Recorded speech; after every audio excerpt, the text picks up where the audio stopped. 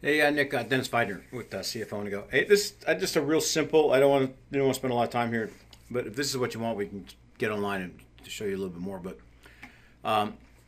what you do, and I create some parts that you sent me.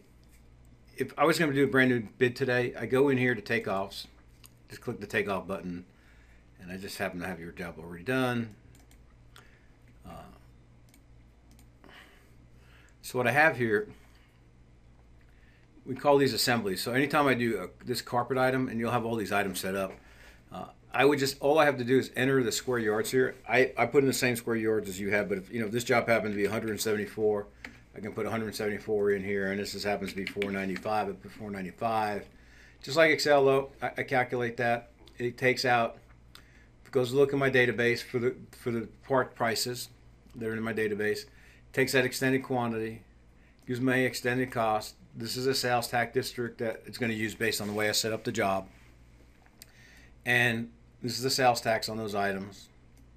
And this is my overhead rate that I want to use. So this is my extended price.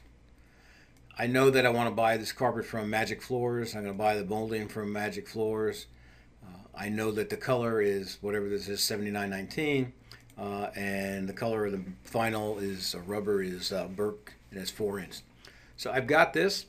So now I'm just going to save this real quick since I changed those quantities. So now I can come up here and I say, hey, you know what? Export this out to a proposal by bid item. You might have multiple line items. I'm done. I'm going to export out my purchase order because I want to go buy those materials.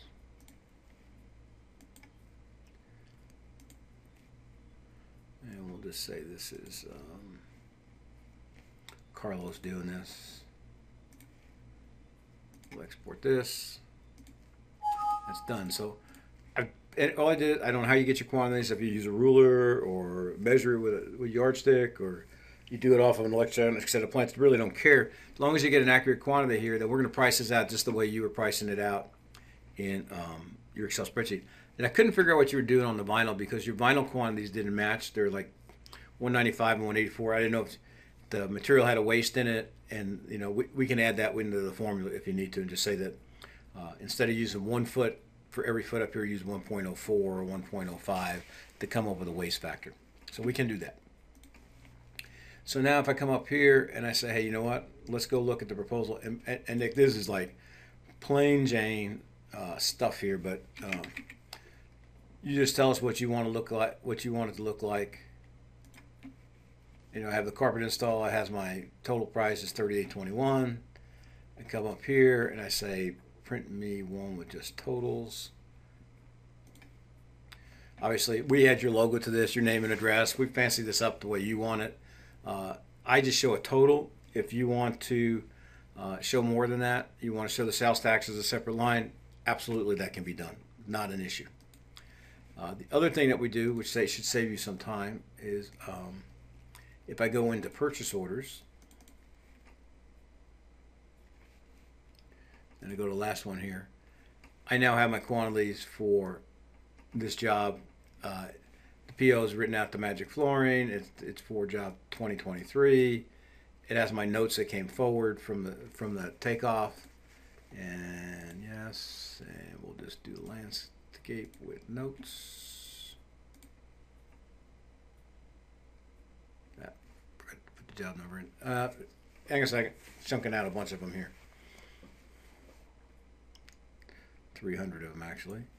So there's your Magic Flooring for this job, your name and logo, purchase order number, the carpet, the color down below it, same thing with the vinyl base and the color below it. If you have specific notes for deliveries, you can put notes onto that as well. There's the amount, there's a sales tax, and there you go.